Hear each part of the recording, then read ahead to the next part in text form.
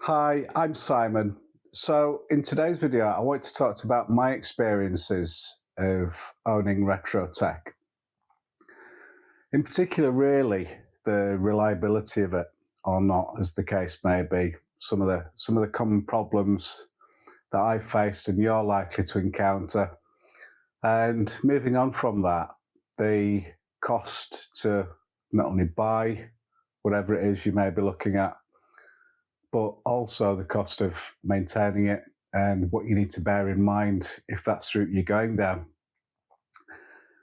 And having looked at that, if that isn't your bag, what I'd also like to put to you is some of the alternatives which you may find to be a little bit more wallet friendly, skill friendly, and generally more appealing, but still with that retro vibe going on.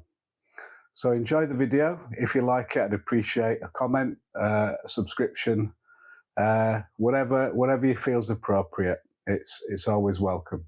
Thank you for your time.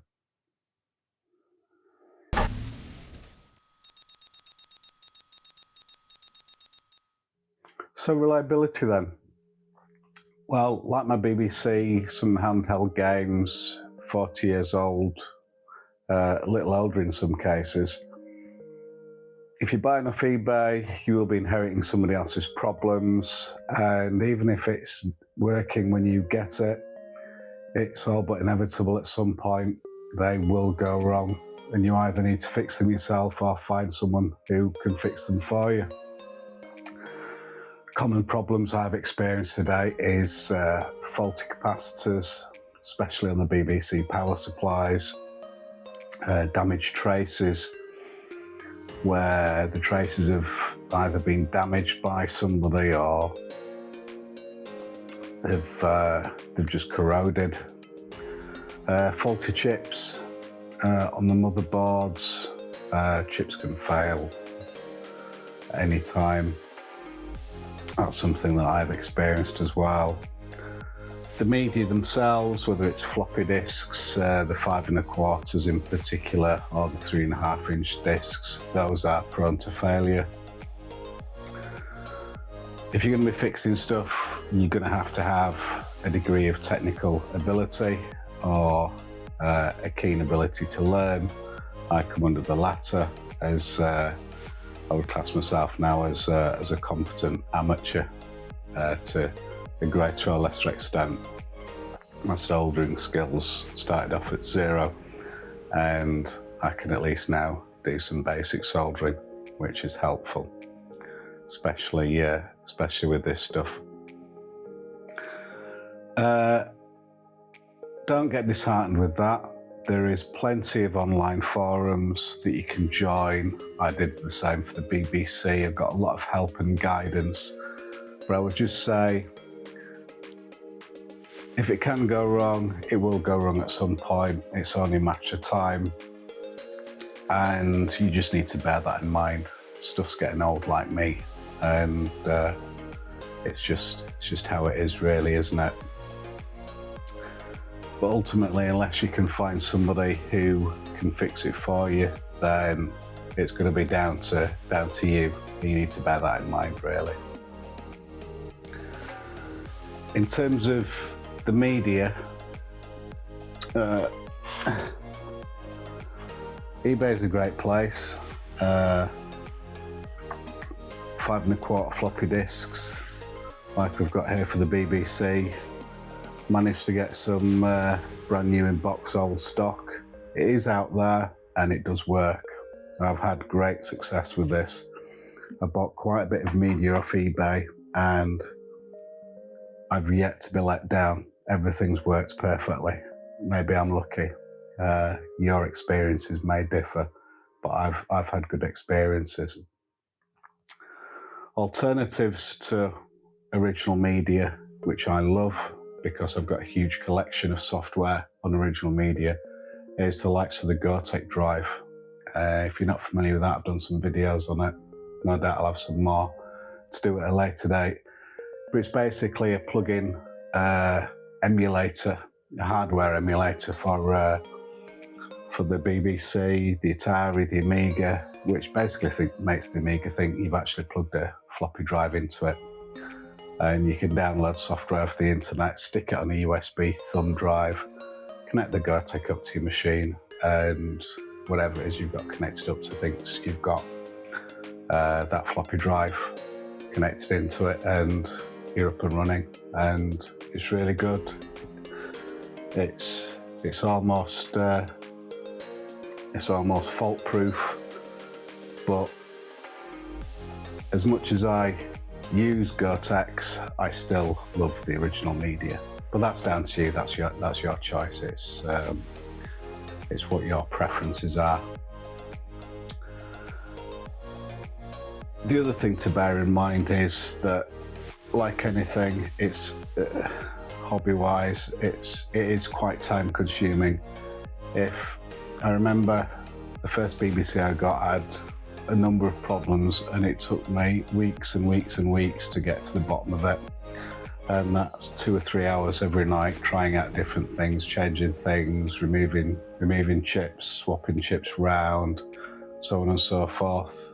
It can really be time-consuming, but that's an exception, not the norm. But you need to bear in mind that you might be in that position, and unless you can fix it, or like I say, you can find somebody else to do it for you, you're just going to have to keep chipping away at it.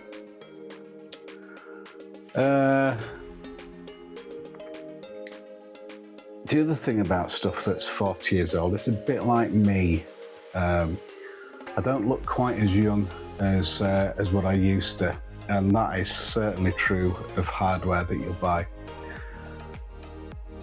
A lot of the plastics age quite badly. The BBC is known to go very yellow, the Ataris go yellow, the Amigas go yellow.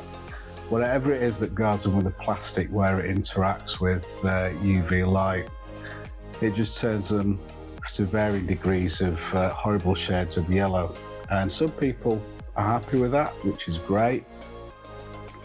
I'm not in that camp. I want my machinery to look like it did, or as close as I can get it to when it was new. I like that new look as best as I can achieve that. And to do that, you've got to look at things like retro brighting. I did a video on that. That's more of an art than a science. Watch my retro brighting video to get an idea on that. But it's a process you can go through to hopefully remove most of that yellowing from the plastics, albeit it's not a permanent fix. Looking at the Atari here, the Atari seems particularly prone to brittle plastics. The plastics just seem to age and go very brittle, and they snap very easily. Once again, I did another video on that, which you might find useful, but that's another thing to bear in mind. Certain stuff seems to be more vulnerable than others. So the cost of things then. Just looking at my notes, I've got 4 Atari STs. I wouldn't suggest you need 4, but that's part of the disease I suffer from. This is called the Atari collecting disease. And the cost of those have ranged anywhere from £40 to £90. £40 for a non-working one, and £90 for a working-ish version. Repairs for those have included fixing the damaged cases, the broken plastics, which I've mentioned, faulty floppy drives inside them, replacing those or repairing them, faulty mice, faulty memory, faulty keyboard LEDs, retro brighting the keyboards because the keyboards go very yellow indeed, or can do. Plastic dyeing the cases, which I've had mixed success with. I've not found a colour yet that I'm happy with, but that's me. What else? Yeah, and then I did another video where I've modded the internals so that I can use one of the Gotek drives that I mentioned to work externally on the switch. And I won't go into the details of the whys and wherefores for that. I did a separate video for that, which if you're interested, you can have a look at. I've got one Amiga. Cost was about £120. Issues with that have been relatively minimal. After I had it for a few weeks, the keyboard controller went. Got another one off eBay, second hand, £20, swap it out, that's fine now. But the case itself was a complete mess in terms of its yellowing, so the keyboard needed retro brighting, and the case I plastic dyed, which is the one behind me here, which came out looking beautiful, if I do say so myself. The Gotek there in its little case, I think that was about £65, a bit more expensive coming with the case. I've got 3 Model B BBC Micros. Cost of those seems to be a little bit more than the Ataris. 75 to 120 I've paid for each of those. BBCs are very prone to failure of the power supply inside them. It's a relatively simple fix that you need a soldering iron for. But each BBCs need a capacitor recap inside at around £5 per machine, which isn't too bad. The keys retro brighting, plastic dye in the case yet again. One of them needed the memory chips replacing on it, which I managed to find some new old stock. That was around £50. What else? Some of the machines didn't have the disk filing system controller. That was another £45 per machine. And I think the cost of the Gotex for the BBC was about 40 quid, maybe a fraction under. And I appreciate it's probably just out of shot, but you'll see it in my other BBC videos. I recycled an old external 5 1/4 drive and mounted it in that, which I think looks really good. The cub monitors that you can see behind me, I love those. I love the originality of them. You don't need to do that. You could stick it into a CRT, an LED display, TV. Some TVs are a bit funny though about the signal, so you may need to use signal converters on those. But the monitors themselves, I've paid between £40 and £85. Although you've got to be lucky because they do go for quite a bit more sometimes. And the external drives, which I've got a few of, I'm typically paying around £40 to £50 each, depending on the state and condition of them. So in most instances, there are alternatives to original hardware. And we're very fortunate, I think, in the retro community, that there's people out there that have worked really hard to produce emulators. I've got one on my phone for the Spectrum, so I can fire up a quick game of Manic Miner whenever I want or whatever. And there's emulators that you can download and use on your PC. All these emulators that I've come across are free, and you can get the software for free as well. So it's really cheap and easy way of enjoying the retro software, the retro games, without it costing anything, without the concern over the reliability or any of that goes with it, or finding spare places to put all this additional hardware. Just download it onto your laptop, your desktop, your tablet, your telephone, and you're good to go, really. For me, that's not where I want to be. That's where I was at one point, and that's what sort of like pulled me back into this. I love the originality to it. I could hear that sound blindfolded and know exactly it was a BBC with the key presses. I love the reliability of the Gotek, but I love the sound of the floppy drive spinning, and that's the same for the Atari and the Amiga as well. I love the wear of the disk drives. I love using original media. I know it'll wear out at some point, but for me, it's there to be used. I don't want to leave it in a box. I want to use it, and that's me. But there are alternatives, and if you're happy with just the visual display on the screen, then that's great. That's absolutely fine. It just doesn't quite cut it for me. There's also stuff like I've got one of these, which is fabulous. It's a little A500 Mini. It's sort of like halfway house, as I would describe it, between an emulator on a PC and the real hardware. I'll put it with its big brother there.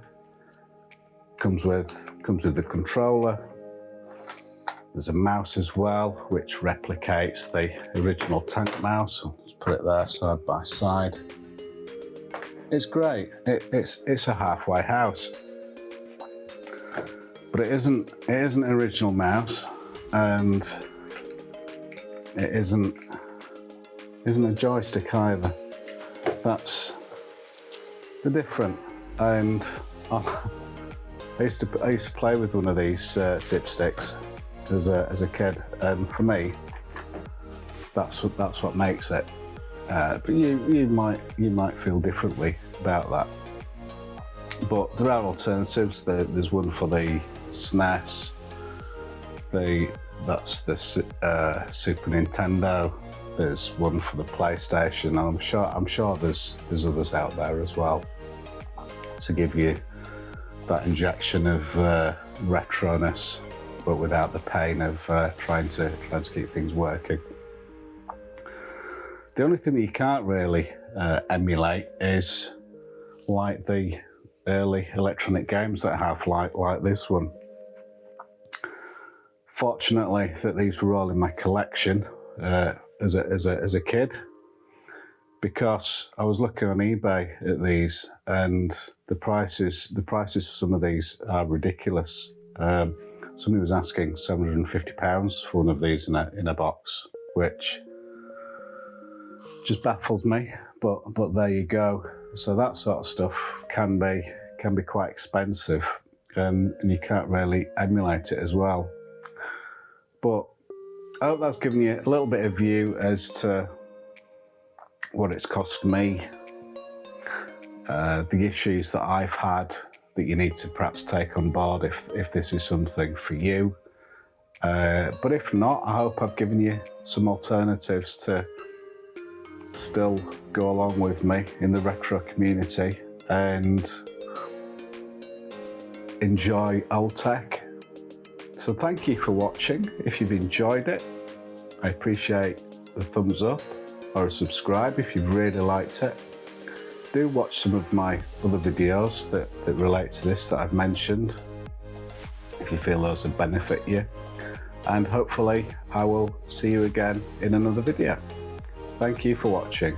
Bye-bye.